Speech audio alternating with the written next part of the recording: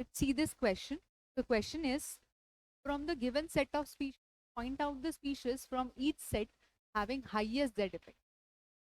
तो हमको बताना है कि कौन से स्पीशीज ऐसे हैं जिनमें जो Z इफेक्टिव है, इफेक्टिव न्यूक्लियर चार्ज है, वो हाईएस्ट है. ठीक है. तो जो Z इफेक्टिव होता है, Z effective increases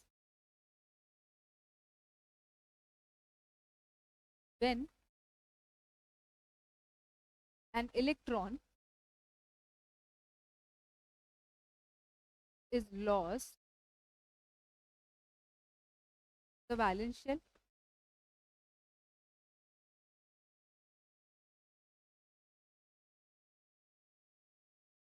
That is during the formation cation. यानी कि अगर कैटायन बनता है तो जो Z इफेक्टिव है, यानी कि जो Z इफेक्टिव न्यूक्लियर चार्ज है, वो क्या होता है, वो इंक्रीज करता है. ठीक है. ऐसा क्यों होता है? क्योंकि इनिशियली मेरे पास ज्यादा नंबर ऑफ इलेक्ट्रॉन्स थे जिन पे इफेक्टिव न्यूक्लियर चार्ज लग रहा था. अब इलेक्ट्रॉन्स क्या हो गए हैं, लूज हो गए, यानी कि वैलेंस शेल से इलेक्ट्रॉन्स चले गए हैं, तभी हमारा कैटायन बना है. अब कम नंबर ऑफ इलेक्ट्रॉन्स पे सेम उतना ही इफेक्टिव न्यूक्लियर चार्ज लग रहा है, तो यानी कि effective nuclear charge individual electrons पे बढ़ जाएगा. इसलिए कैटायनिक स्पीशीज में जो Z इफेक्टिव होता है वो इंक्रीज हो जाता है. ठीक है. एक और पॉइंट लिखते हैं कि जो इफेक्टिव न्यूक्लियर चार्ज है, it decreases when electrons are added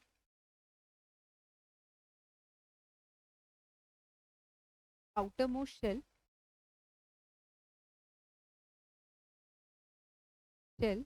of an atom, that is during the formation.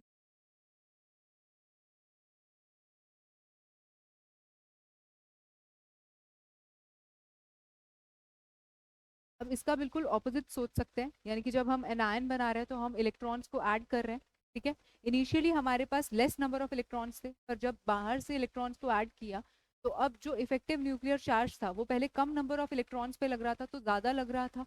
अब और इलेक्ट्रॉन्स आके ऐड हो गए हैं, यानी कि एनायन का फॉर्मेशन हो गया है, तो अब जो इफेक्टिव न्यूक्लियर चार्ज है वो क्या हो जाएगा, इंडिविजुअल एटम्स पे कम हो जाएगा. ठीक है. तो एनायनिक स्पीशीज में हम क्या बोल सकते हैं कि जो इफेक्टिव न्यूक्लियर चार्ज है वो क्या हो जाता है, डिक्रीज. ठीक है.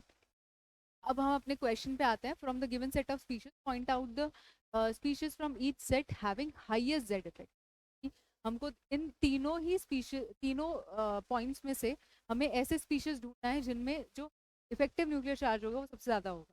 हमने अभी यहाँ पे पढ़ा जो कैटायंस होते हैं उनमें जो इफेक्टिव न्यूक्लियर चार्ज होता है वो इंक्रीज हो जाता है. तो सबसे पहले ऑप्शन में अगर हम देखें तो Na पॉजिटिव है, वो मेरा कैटायन है, और बाकी दोनों स्पीशीज एनायनिक स्पीशीज. सबसे ज्यादा इफेक्टिव न्यूक्लियर चार्ज किसका होगा, Na पॉजिटिव आयन का. ठीक. तो यानी कि फर्स्ट ऑप्शन में से हम Na को चुनेंगे. ठीक है. तो ए और डी ऑप्शन में से हमारा कोई हो. अब अगर मैं अब अगर हम देखें तो इफेक्टिव न्यूक्लियर चार्ज का पीरियड और ग्रुप में क्या ट्रेंड रहता है. तो effective charge increases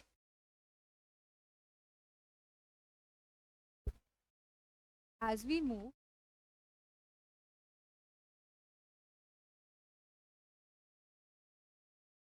from left to right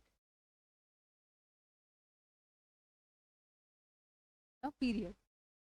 जब हम लेफ्ट से राइट मूव करते हैं पीरियड में तो मेरा इफेक्टिव न्यूक्लियर चार्ज है वो इंक्रीज होता है, कि मेरा एटॉमिक नंबर इंक्रीज हो रहा है. इसका मतलब मेरे नंबर ऑफ प्रोटॉन्स इंक्रीज, और अगर नंबर ऑफ प्रोटॉन्स इंक्रीज हो रहे हैं तो मेरा इफेक्टिव न्यूक्लियर चार्ज बढ़ जाता है. ठीक है. अब अगर मैं सेकेंड वाले पॉइंट की बात करूं तो सेकेंड वाले पॉइंट में हमारे पास लिथियम है, सोडियम है और बेरिलियम है. ठीक है. लिथियम और सोडियम क्या है, ग्रुप 1 के एलिमेंट. ठीक है. ये ग्रुप 1 के एलिमेंट्स है. और बेरिलियम क्या है, ग्रुप 2 का एलिमेंट. ठीक है. तो जैसे जैसे हम लेफ्ट से राइट जा रहे हैं तो क्या हो रहा है, इफेक्टिव न्यूक्लियर चार्ज क्या होना चाहिए, इंक्रीज होना चाहिए। Left to right that effective should increase. ठीक है, तो अगर मैं इनकी बात करूं तो बेरिलियम क्या है, हमारा सेकेंड ग्रुप का एलिमेंट है। ठीक है, इसलिए बेरिलियम का जो इफेक्टिव न्यूक्लियर चार्ज होगा वो ज्यादा होगा in comparison to lithium and sodium. तो जो इफेक्टिव न्यूक्लियर चार्ज होगा वो बेरिलियम का ज्यादा होगा। अब अगर मैं लास्ट ऑप्शन देखती हूँ तो इसमें एक ही ऑप्शन ऐसा है, एक ही एलिमेंट ऐसा है, एक ही स्पीशीज ऐसा है जो क्या है, केटायनिक है, कि Li पॉजिटिव। और हमने पहले ही देखा कि जो केटायनिक स्पीशीज होता है उसके केस में जो इफेक्टिव न्यूक्लियर चार्ज होता है वो बढ़ जाता है। ठीक है, तो लास्ट में से हमने चूज किया लिथियम। ठीक है, तो ऑप्शन ए, जिसमें सोडियम भी है, बेरिलियम भी है और lithium positive, option A will be the correct answer.